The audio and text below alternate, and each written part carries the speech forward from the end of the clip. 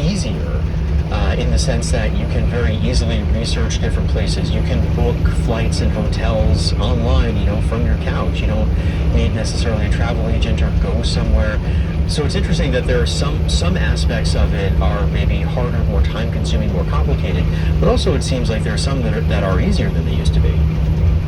Yeah, I think there's a trend towards designing your travel experiences around your own personality. And no longer do we want to wait in line to go into the Louvre in Paris. We want to avoid all the long lines and all the crowds. So I think we're going to custom tailor our experiences, and I think the travel industry is adjusting to that. Based on the research that you've done, do people tend to be more open to new experiences, maybe open to go places or spend money on things when they're traveling that they wouldn't necessarily be up for at home? Yes, I think the excitement of the novelty and facing a new adventure, as in today is the first day of the rest of your life, I think people are spurred on more to the excitement of the travel than maybe they've had done in the past. And it's also interesting that we hear so much about how, especially with younger people, they're more interested in experiences. I mean, this is obviously painting with a very broad brush, but there are trends that suggest that younger people are more interested in experiences than things. I would imagine that travel falls into that very nicely. I would say definitely so. I think that people are more adventurous insofar as they're going to be less group travel oriented, and therefore are going to be more innovative and more experimental about it. It was a little bit scarier to do that in the past, but now we see that the personalized experience is going to suit us the best.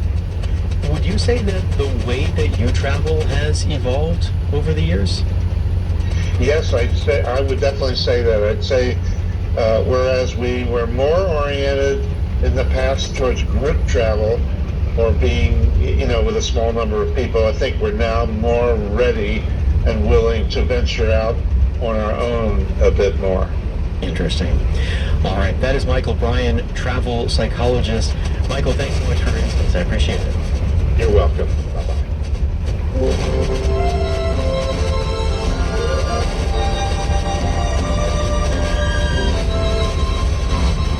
And this is the show. You're tuned to KAWC Yuma, KAWP Parker, 88.9 FM, and KAWC.org. The show continues in a moment. It must be a very strange thing to get famous playing a character that has the same name as you in real life. Like Z-Way, who got a lot of attention having these really funny confrontational conversations with celebrities about race, but as a character, very different from who she says goes to get toothpaste. Z-Way will be here to talk about creating that character and why she thinks how many black friends do you have is a very telling question, but not in the way you might think. That's coming up. Plus, Donald Sutherland is one of the most decorated Canadians of all time, but he says that his most recent honor, a Canada Post stamp, is the greatest of them all. The Canadian icon will be here for the first time to talk about his new postage stamp, why that would mean to his parents, and why he never went for American citizenship. That's coming up. I'm Tom Power. Welcome to Q.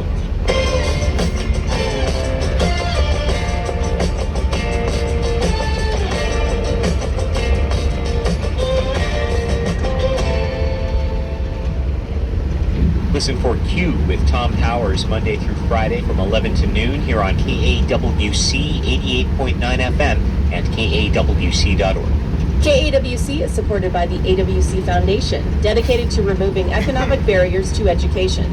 For those who share the belief that a college degree or certificate can be fundamental in building prosperity for families, there are many opportunities to help.